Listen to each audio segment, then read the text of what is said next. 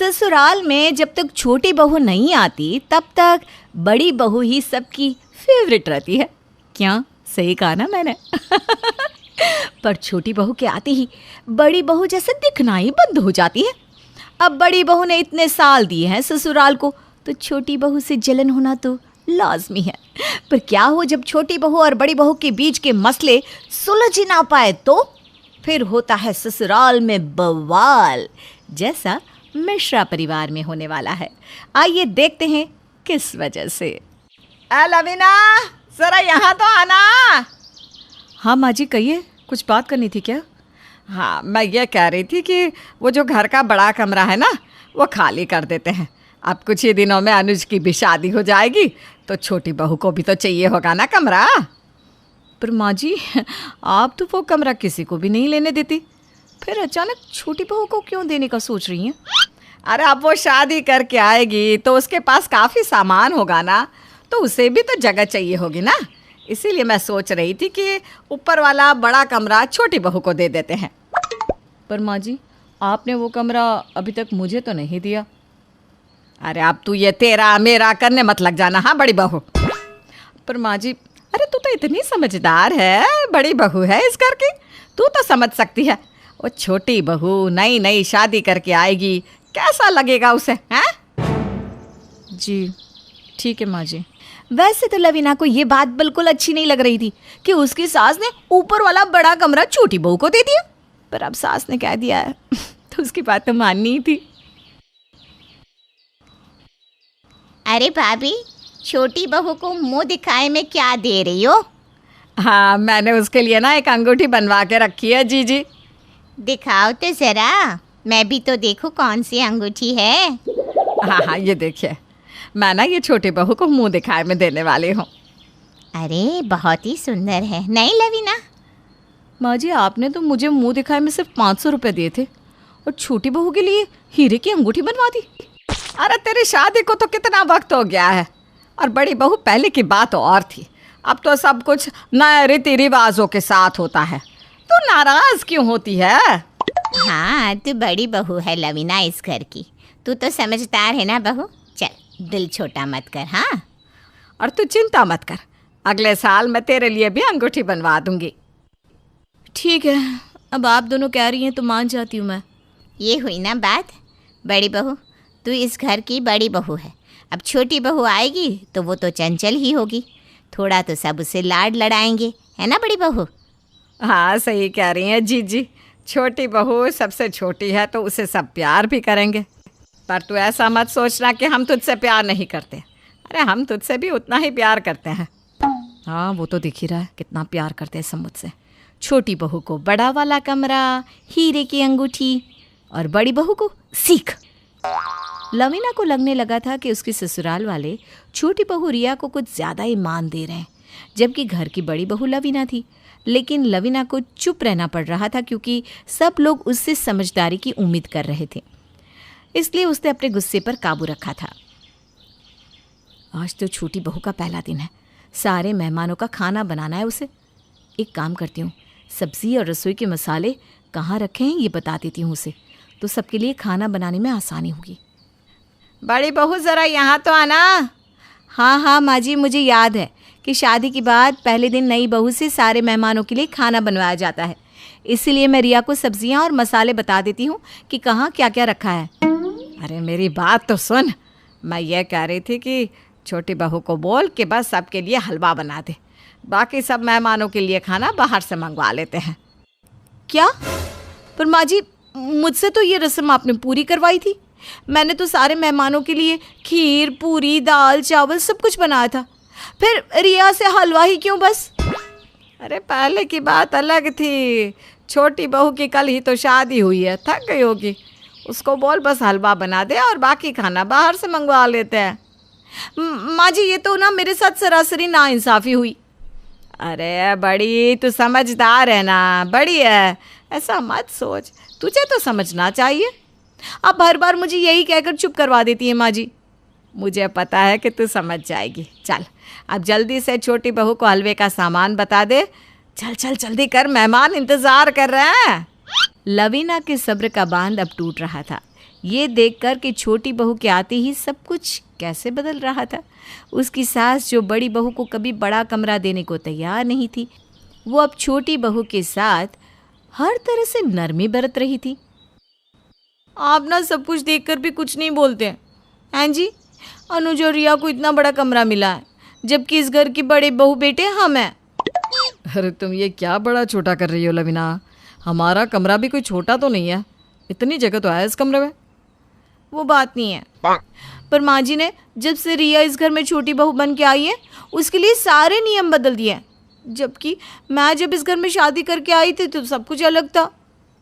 अरे लवीना, हमारी शादी को 3 साल हो गए, तब ज़माना कुछ और था, अब सब कुछ बदल गया है। तुम क्यों छोटी सी बात को इतना दिल पे लगा रही हो?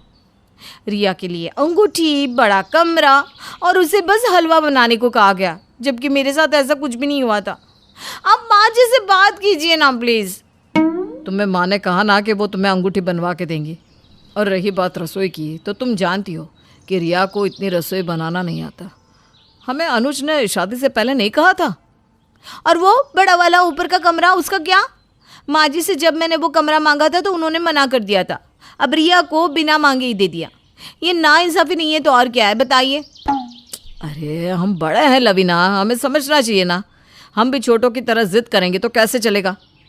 जब देखो सब यही कहते रहते हैं, हम बड़े हैं, हमें समझना चाहिए। अरे कोई हमें क्यों नहीं समझता?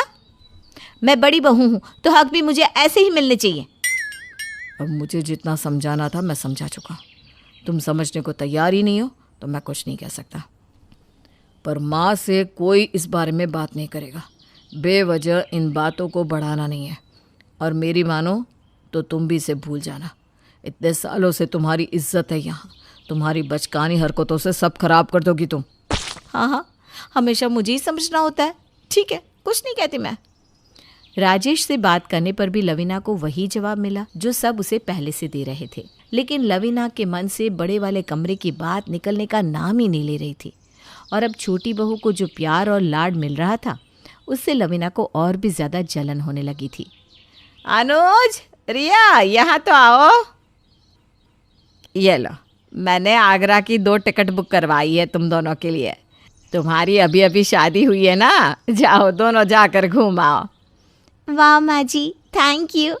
मेरा बड़ा मन था आगरा में ताजमहल देखने का, इसीलिए तो टिकट करवाई है। अच्छे से घूम फिर के आना, ठीक है? शादी के बाद तो फिर सारा समय गृहस्थी में ही निकल जाता है, फिर तुम दोनों को वक्त भी नहीं मिलेगा। थैंक यू माँ, ये तो आपने बहुत अच्छा सरप्राइज़ दे दिया हमें। छोटी बहू को अच्छे से घुमा लाना, ठीक है? और परेशान मत करना ज़्यादा। हाँ हाँ माँ। जाओ, अब तुम दोनों पैकिंग कर लो, कल सुबह निकलना भी तो है। मेरी शादी के बाद तो मुझे ऐसा कोई तोहफा नहीं दिया था माँ जी ने। छोटी बहू के आते ही उनके तेवर ही बदल गए। मैंने हमेशा माँ जी की बात मानी, उनसे कभी कोई सवाल नहीं किया। फिर भी वो मेरे साथ ऐसा क्यों कर रही है? लगता है अब वो मुझसे खुश नहीं है। उनके बर्ताव से तो यही लग रहा है। अब इस घर में छोटी बहू का ही ख्याल रखा जाएगा, बड़ी बहू की कोई भी कीमत नहीं रह गई। माँ जी, ये आपने मेरे साथ अच्छा नहीं किया, सच में। लवीना मिश्रा परिवार की बड़ी बहू है, जिसने बड़ी बहू होने के सारे फर्ज बड़े अच्छे से निभाए हैं और सब लोग इस बात को मानते भी हैं। लेकिन उसे जलन तब शुरू हुई जब उसकी सास ने छोटी बहू के आते ही घर का सबसे बड़ा कमरा छोटी बहू को दे दिया, जो शायद लवीना कब से चाहती थी। ऐसी कई सारी छोटी छोटी बातों को लेकर लवीना को लगने लगा है कि अब उसके ससुराल में उसकी वो इज्जत नहीं जो एक बड़ी बहू की होनी चाहिए। लवीना, ये आगरा का सरप्राइज अच्छा है ना अनुज और छोटी बहू के लिए? माँ जी, आप मुझसे क्यों पूछ रही हैं? आप ये सब छोटी बहू से ही पूछ लीजिए। वैसे भी मुझे लगता है वो मुझसे ज़्यादा ही समझदार है। अरे तू क्यों ऐसी बातें कर रही है लवीना? तुझे अच्छा नहीं लगा क्या कि मैंने दोनों को आगरा घूमने भेजा है? नहीं माँ जी, मैं कौन होती हूँ आपके ऊपर नाराज़ होने वाली? आप बड़ी हैं इस घर की, मैं हूँ ही कौन? छोटी बहू के लिए आपको जो करना है आप कर सकती हैं। मुझे क्या दिक्कत हो सकती है भला? अरे बड़ी बहू, ऐसे बातें ना कर। अब तू जानती है ना कि मैं तुझ में और छोटी बहू में कभी फ़र्क नहीं करूँगी। नहीं माँ जी, मुझे लगता है कि गलती मेरी ही है। मुझे लगा था मैं इस घर की बड़ी बहू हूँ, इसलिए मेरा हक ज़्यादा बनता है इस घर पर छोटी बहू के आते ही मुझे सब कुछ समझ में आ गया। लवीना अब हर बात में खुद को अपने ससुराल से अलग करने लगी थी, अब वो किसी भी बात में ना अपनी राय देती ना ही भाग लिया करती। राजेश, अनुज, ये देखो, ये सारे तोहफे मैंने रिश्तेदारों के लिए बनवाए हैं। ज़रा देख कर तो बताओ कैसे हैं। कुछ कमी हो तो अभी बताना, ठीक है, तो मैं बदलवा सकूं। हाँ माँ ठीक है, दिखाओ कौन से तोहफे हैं। अरे एक मिनट, बड़ी बहू कहाँ है? आई नहीं वो तोहफे देखने? मैंने तो बहुत कहा, लेकिन वो कह रही है कि उसका कोई काम नहीं, यहाँ छोटी बहू को दिखा दो। अरे पता नहीं बड़ी बहू को क्या हो गया है।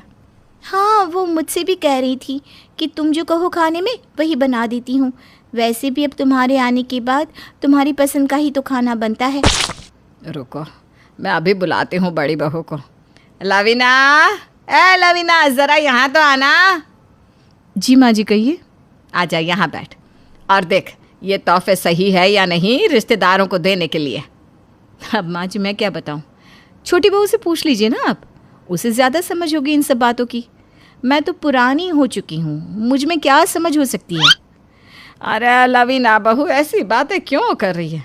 तूने तो बातों को दिल पे ले लिया है। नहीं माँ जी, ऐसा कुछ नहीं है, बस मुझे लगता है कि रिया मुझसे ज़्यादा समझदार और होशियार है, इसलिए इसे अब सब कुछ संभाल लेना चाहिए। भाभी आप ऐसी बातें मत करिए, आप इस घर की बड़ी बहू हैं, मैं तो अभी अभी आई हूँ। तुम अभी अभी आई हो, फिर भी तुम्हें वो सब मिला है जो मैं कभी हासिल नहीं कर सकी। क्या सोच रही है लवीना बहू? बताओ क्या चल रहा है तुम्हारे मन में? कुछ नहीं माँ जी, कुछ भी नहीं है। आप छोटी बहू को दिखा दीजिए, मुझे काम है, मैं जा रही हूँ। लवीना का बर्ताव देखकर सभी हैरान थे, क्योंकि लवीना से ऐसा कुछ किसी ने भी उम्मीद नहीं किया था। वहीं लवीना को अब लगने लगा था कि छोटी बहू के आते ही उसकी वैल्यू कुछ नहीं रही, इसलिए वो खुद ही अब सबसे किनारा करने लगी थी। अच्छा चलो, आज मैं अपनी तरफ से सबको आइसक्रीम खिलाता हूँ, तो बोलो कौन कौन सी आइसक्रीम खाएगा? भैया मैं मैंगो आइसक्रीम खाऊंगी। और तुम लवीना, तुम कौन सा फ्लेवर खाओगी? अब जो छोटी बहू ने कहा है वही लेकर आइए। अरे तुम ऐसा क्यों कह रही हो? अरे छोटी बहू के आने के बाद बड़ी बहू का क्या काम, वही तो सब तय करती है। लवीना बहू, कुछ दिनों से मैं देख रही हूँ कि तू सबसे नाराज़ है। क्या बात है, खुल के बता बेटा। नहीं माँ जी, आप मेरी फिक्र मत कीजिए, मेरा क्या है, मैं तो ठीक हो जाऊंगी। आप ना बस छोटी बहू पे ध्यान दीजिए। लवीना बहू तो इतनी समझदार है, तू ऐसे बर्ताव करेगी तो कैसे चलेगा? माँ जी अब ना मैं थक गई हूँ बड़ी बनते बनते। बड़ी बहू के नसीब में बस बड़े बड़े काम और बड़ी बड़ी जिम्मेदारियां ही आई है, और छोटी बहू के नसीब में बड़ा सा कमरा। लवीना तुम फिर से शुरू हो गई।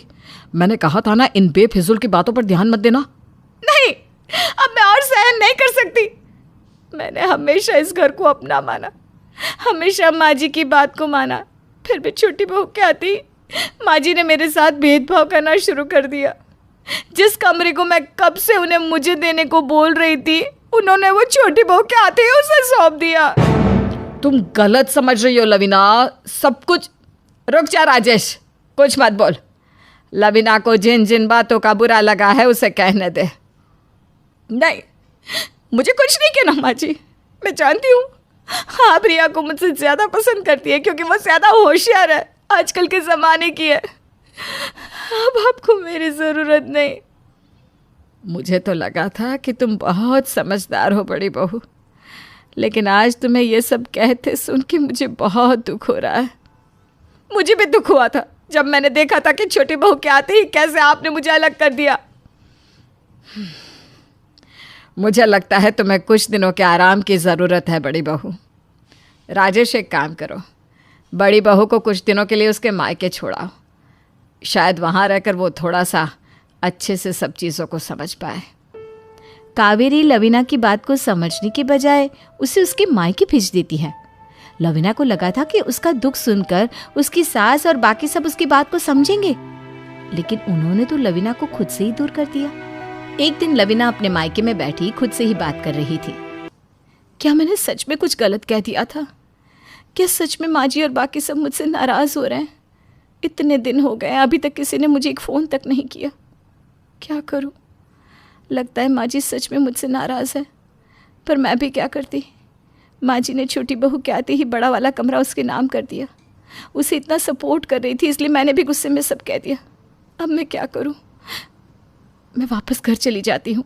आखिर मैं ही तो बड़ी बहू हूँ, मुझे ही समझना चाहिए और माफ़ी मांग लेनी चाहिए। लवीना के ससुराल से जब किसी का भी फ़ोन नहीं आता तो वो खुद ही शाम को अपने ससुराल चली जाती है, जहाँ किसी को भी उसके आने की खबर नहीं थी। अरे, घर का दरवाज़ा खुला हुआ है और ये तो सुशीला बुआ जी की चप्पल है। लगता है वो माँ जी के कमरे में है। चलो इसी बहाने माँ जी और बुआ जी दोनों से मिल भी लूँगी और माफ़ी भी मांग लूँगी। लवीना कमरे के दरवाजे के बाहर पहुँचती है तो दोनों बातें कर रही थी। अरे कावेरी, तूने बड़ी बहू को मायके क्यों भेज दिया? अरे जीजी, आप तो जानती है ना लवीना पे मुझे कितना भरोसा है। वो इतनी समझदार है कि मैं उसके अलावा किसी पे भी भरोसा नहीं कर सकती। फिर तूने बड़ा वाला कमरा छोटी बहू को क्यों दे दिया? अरे जीजी, वो बड़ा वाला कमरा मैंने इसलिए छोटी बहू को दिया क्योंकि वो ऊपर है और मैं नहीं चाहती थी कि लवीना ऊपर रहे, मुझसे दूर रहे। इसीलिए मैं नीचे उसके लिए बड़ा सा कमरा तैयार करवा रही हूँ। तूने छोटी बहू को इतना असर दिया, इसीलिए तो बड़ी बहू को गुस्सा आ गया ना। अरे छोटी बहू अभी अभी आई है, नादान है, उसे खाना बनाना भी नहीं आता। मेरी लवीना तो बहुत होशियार है पहले से ही, इसीलिए मुझे कभी उसे कुछ कहने की ज़रूरत ही नहीं पड़ी। मैं छोटी बहू को इसलिए बचा रही थी क्योंकि वो लवीना जितनी होशियार नहीं, अच्छी है कामों में, और बड़ी बहू तो हर काम में अव्वल है। पर शायद इस बार उसने मुझे गलत समझ लिया। तो तू ही समझा देती, तूने तो उसे मायके भेज दिया। अरे मायके नहीं भेजती तो उसके लिए कमरा कैसे बनवाती? पर मुझे पता है वो ज़्यादा दिन गुस्सा नहीं रह सकती। अरे जानती हूँ ना उसे, बहुत समझदार है। देखना कल या परसों खुद ही आ जाएगी। कावेरी की बातें सुनकर दरवाजे के बाहर खड़ी लवीना रोने लगी और भागकर अंदर आ गई। माँ जी, मुझे माफ कर दीजिए। देखा जीजी, मैंने नहीं कहा था आ जाएगी मेरी लवीना। ये देखो, मैं तो पहली बार देख रही हूँ ऐसी सास बहू की जोड़ी जो एक दूसरे से लड़ती भी है तो माँ बेटी की तरह। सॉरी माँ जी, सॉरी, मैंने आपको गलत समझा। कोई बात नहीं बड़ी बहू, वैसे तो कभी मुझसे तू कुछ कहती नहीं थी, अच्छा हुआ इस बार कह दिया। नहीं माँ जी, मुझे बड़े कमरे का मोह नहीं है, बस आप छोटी बहू को इतना लाड कर रही थी ना, मुझे जलन होने लगी थी। अरे मेरी भोली सी बड़ी बहू, आजा आजा, गले लग जा। माँ के गले नहीं लगेगी। अब तो मुझे जलन हो रही है सासू माँ। आजा, तू भी गले लग जा, आजा। वैसे भाभी, माँ जी ना मुझसे ज्यादा प्यार करती है। हाँ। नम्रता की शादी अभी अभी विकास से हुई थी। बहू बनकर नम्रता विकास के घर में बहुत खुश थी। उसकी सास ममता बहुत ही नेक और मिलनसार थी, लेकिन दूसरी तरफ नम्रता की जिठानी विनीता बहुत ही मुंहफट और नक चढ़ी थी। वो हमेशा लोगों से झगड़ा करने के लिए उतारू रहती थी। नम्रता की माँ ने दहेज में उसे एक बहुत बड़ा फ्रिज दिया था। विकास के घर में फ्रिज नहीं था, इसलिए फ्रिज आने के बाद सभी लोग बहुत खुश थे। अच्छा हुआ नम्रता बहू जो तू ये फ्रिज लेकर आ गई। तेरी वजह से अब हमेशा मुझे ठंडा ठंडा पानी पीने को मिलता है, वरना गर्मी में तो जान निकल जाती थी। बहू, तुम्हारे फ्रिज के बड़े फ़ायदे हैं। फ्रिज में खाना भी ख़राब नहीं होता और जब भी मेरा शरबत पीने का मन करता है तो शरबत बनाकर पी लेता हूँ। वहीं दूसरी तरफ दरवाजे के पीछे खड़े विनीता ये सारी बातें सुन रही थी। इस नम्रता की बच्ची को आए अभी 2 दिन नहीं हुए और मेरे सास ससुर इसके गुणगान गाने लग गए। एक फ्रिज लेकर क्या आ गई, मानो अल्लाह दिन का चिराग लेकर आई हो। इसकी माँ ने सोचा होगा कि फ्रिज देने से ससुराल वाले इसकी चापलूसी में लग जाएंगे, लेकिन मेरा नाम भी विनीता है। मैं इस नम्रता की दाल यहाँ गलने नहीं दूंगी। फिर अगले दिन विनीता रसोई घर में खाना बना रही थी, तभी ममता फ्रिज से पानी निकालने लगती है। इसी दौरान विनीता को धक्का लग जाता है, जिससे उसका संतुलन बिगड़ जाता है और वो मुंह के बल आटे के ऊपर गिर जाती है। विनीता गुस्से से तिल मिलाकर अपनी सास पर भड़कने लगती है। अरे आप अंधी हो गई है क्या मम्मी जी? आपको दिखाई नहीं देता? आपने मुझे धक्का दे दिया। ये देखिए, मेरा मुंह आटे से भर गया है। अरे माफ़ करना बहू, मैं फ्रिज से पानी निकाल रही थी, अनजाने में तुझे धक्का लग गया। जब देखो तब सभी लोग इस फ्रिज के पीछे पड़े रहते हैं। मैं इस फ्रिज को और बर्दाश्त नहीं कर सकती मम्मी जी। इस फ्रिज को इसी वक्त हॉल में ले जाकर रख दीजिए, वरना मैं अपने हाथों से इसे तोड़ डालूंगी। विनीता का गुस्सा देखकर ममता घबरा जाती है। अरे नहीं नहीं बहू, इतनी तकलीफ मत उठा, मैं इसे हॉल में रखवा देती हूँ। उसके बाद ममता अपने दोनों बेटों को बुलाकर उन्हें फ्रिज हॉल में रखने के लिए कहती है। दोनों फ्रिज को उठाकर हॉल में रख देते हैं। अगले दिन ममता की पड़ोसन शांति उससे मिलने आती है। तभी उसकी नज़र हॉल में रखे फ्रिज पर पड़ती है। अरे वाह ममता, तेरी छोटी बहू तो दहेज में बहुत बड़ा फ्रिज लेकर आई है। क्या मैं थोड़ी सी बर्फ़ अपने घर ले जा सकती हूँ? तो जानती है ना, गर्मी का मौसम है और सभी का बुरा हाल है। ऊपर से ना मेरे घर का फ्रिज कई दिनों से ख़राब पड़ा है। हाँ हाँ, तुझे जितनी बर्फ़ चाहिए ले जा। आंटी जी, मैंने फ्रिज में कुल्फ़ी जमा कर रखी है, आप 2-4 कुल्फ़ी भी ले जाइए और अपनी बहू के साथ मज़े से खाइएगा। नम्रता की ये बात सुनकर शांति खुश हो जाती है। अरे वाह वाह बहू, तेरे संस्कार तो बहुत अच्छे हैं। तू अपनी जेठानी की तरह बिल्कुल भी लालची और मतलबी नहीं है। भगवान तुझे सदा सुखी रखे। उसके बाद शांति फ्रिज से बर्फ़ और कुल्फ़ी निकाल कर ले जाती है। अगले दिन शांति नम्रता के स्वभाव और उसके बड़े फ्रिज की तारीफ मोहल्लों की औरतों के सामने करने लगती है। बस फिर क्या था, शांति की देखा देखी बाकी औरतें भी ममता के घर कुल्फ़ी खाने आने लगती है। नम्रता भी बिना झिझक के ढेर सारी कुल्फ़ी बनाकर तैयार किया करती थी। सच में ममता, तेरी छोटी बहू ना बहुत अच्छी कुल्फ़ी बनाती है। मैंने तो दुकान से कुल्फ़ी खरीदना ही बंद कर दिया है। हाँ बहू, तेरी कुल्फ़ी हमेशा स्वादिष्ट होती है, तो इसी तरह हमें गर्मियों के मौसम में कुल्फ़ी खिलाया करेगी ना? हाँ हाँ, क्यों नहीं, भला ये भी कोई कहने की बात है। आप सब मेरी पड़ोसन हो, मैं आप लोगों को कभी नाराज़ नहीं करूँगी। इस तरह नम्रता के मीठे स्वभाव के चलते पूरे मोहल्ले में उसकी और उसके फ्रिज की तारीफ होने लगती है। दूसरी तरफ ये सब देखकर विनीता को बहुत जलन होती है और वो किसी भी तरह नम्रता को सबक सिखाने का फैसला करती है। और फिर एक दिन, बहू, शहर में बहुत बड़ा सर्कस आया है, हम सभी सर्कस देखने जा रहे हैं, तो तू भी हमारे साथ चल। नहीं नहीं, मुझे बेकार का सर्कस देखने का कोई शौक़ नहीं है, मैं तो घर में बैठकर मज़े से अपना टीवी सीरियल देखूंगी। उसके बाद घर के सभी लोग सर्कस देखने चले जाते हैं। ये बहुत अच्छा मौका है, आज मैं इस फ्रिज को ठिकाने लगा ही दूंगी। तभी सड़क से एक कबाड़ी वाला गुजरता है। कबाड़ी वाला, लोहा लोखंड, टीन टिप्पर, खाली बोतल, पुराना अखबार। ये कबाड़ी वाला बिल्कुल सही मौके पर आया है। उसके बाद विनीता घर के बाहर निकलकर कबाड़ी वाले को आवाज़ देने लगती है। ए कबाड़ी वाले, सुन इधर आ। हाँ हाँ बोलिए मैम साहब, क्या बेचना है? मुझे अपना फ्रिज बेचना है, अंदर आ जा। उसके बाद विनीता कबाड़ी वाले को घर के अंदर बुला लेती है। ये देख, ये फ्रिज बेचना है, कितने पैसे देगा इसके? अरे ये तो एकदम नया फ्रिज है, फिर आप इसे बेच क्यों रही हैं? देख, बेकार के ना सवाल जवाब मत कर, तुझे खरीदना है तो खरीद, वरना मैं किसी दूसरे कबाड़ी वाले को दे दूंगी। अपने सामने नया फ्रिज देखकर कबाड़ी वाला मन ही मन खुश हो जाता है। अरे ठीक है ना मैडम जी, लेकिन मैं गरीब आदमी हूँ, मैं आपको इसके सिर्फ 1000 रुपये दे सकता हूँ। ठीक है, मेरे लिए ये भी बहुत है, चलना।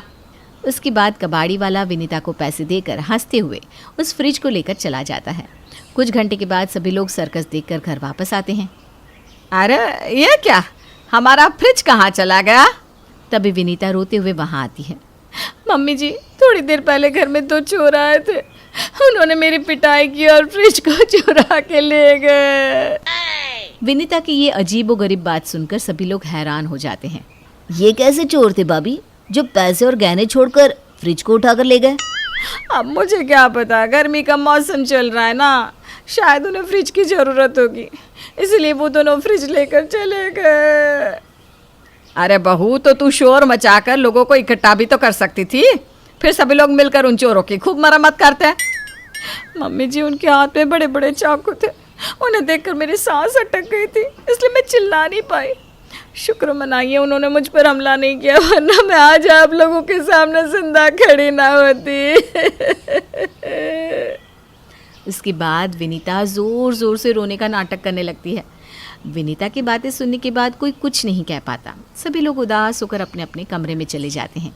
लेकिन उसी शाम वो कबाड़ी वाला फ्रिज लेकर वापस आ जाता है और विनीता को खरी खोटी सुनाने लगता है। अरे मेम साहब, आप जैसी धोखेबाज औरत मैंने आज तक नहीं देखी। अब मुझे और मेरे परिवार को जान से मारना चाहती थी क्या? जब मैंने आपका फ्रिज स्टार्ट किया तो मुझे जोरदार करंट लगा और मैं उछलकर दूर जा गिरा। अच्छा हुआ मेरी जान बच गई। पकड़िए अपना फ्रिज और मुझे मेरे 1000 रुपये वापस करिए। फिर क्या था, कबाड़ी वाले की बात सुनते ही विनीता की सारी सच्चाई सभी के सामने आ जाती है। और उसके बाद विनीता का पति विनोद कबाड़ी वाले को पैसे देकर वहाँ से भेज देता है।